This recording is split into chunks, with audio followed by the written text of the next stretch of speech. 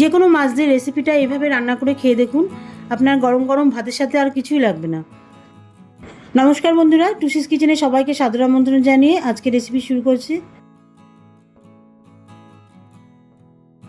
রেসিপিটার জন্য 1 চামচ কালো সর্ষে, 1 চামচ সাদা সর্ষে, 1 চামচ পোস্ত, 4 টুকরো কাঁচা লঙ্কা, সঙ্গে 2 চামচ টক দই দিয়ে মিহি পেস্ট বানিয়ে নিচ্ছি।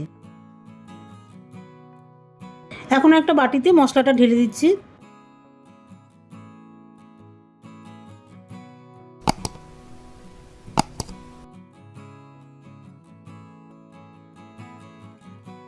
আর মশলার মধ্যে একটুখানি জল মিশিয়ে সেটাও দিয়ে দিলাম। এবার এই মশলার মধ্যে পরিমাণ মতন হলুদ, 4 চামচ মতন সর্ষের তেল, পরিমাণ মতন লবণ দিয়ে সব কিছু ভালো করে মিশিয়ে রেখে দিচ্ছি।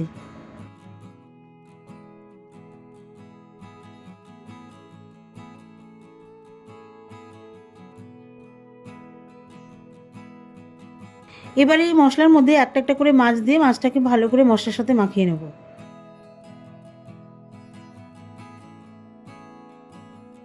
তো আমি এই রান্নাটা বোয়াল মাছ দিয়ে করছি। এটা চাইলে আপনারা রুই বা কাতলা বা ইলিশ এই ধরনের মাছ দিয়ে করতে পারেন, মাগুর মাছ দিয়ে করতে পারেন, চিতল মাছ দিয়ে করতে পারেন, যে কোনো মাছ দিয়ে রেসিপিটা করতে পারেন।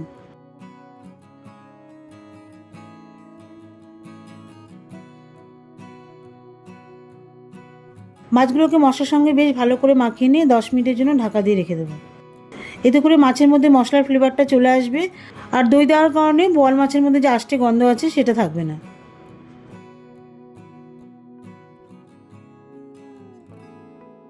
10 মিনিট রেস্টে রাখার পর মাছগুলোকে একটা একটা করে স্টিমার পটে রেখে দেবো।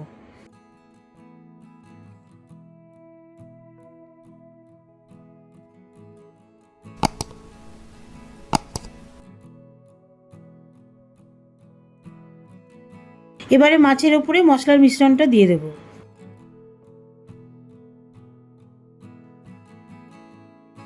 মশলাটা মাছের উপরে দেওয়ার পরে 2টো কাঁচা লঙ্কা বড় বড় কুচি করে ওপরে দিয়ে দেব।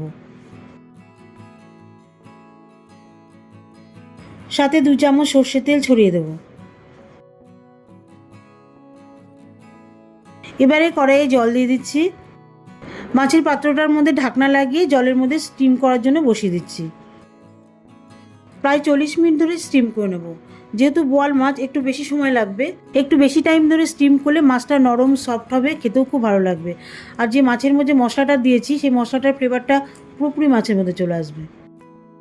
40 মিনিট স্টিম করার পরে গ্যাসটা অফ করে দিচ্ছি। আপনাদের ঢাকনা তুলে দেখাচ্ছি কেমন হয়েছে। দেখুন কত সুন্দর দেখতে হয়েছে মাছটা, গন্ধটা খুব সুন্দর বেরোচ্ছে। তো এইভাবে আপনারা ভাপা তৈরি করে খান বোয়াল মাছ দিয়ে, অসাধারণ লাগবে। দেখা হবে পরবর্তী ভিডিওতে নতুন কোনো রেসিপি নিয়ে। ভালো থাকবেন, সুস্থ থাকবেন, আর আমার চ্যানেলটিকে লাইক, কমেন্ট ও সাবস্ক্রাইব করে আমার পাশে থাকবেন।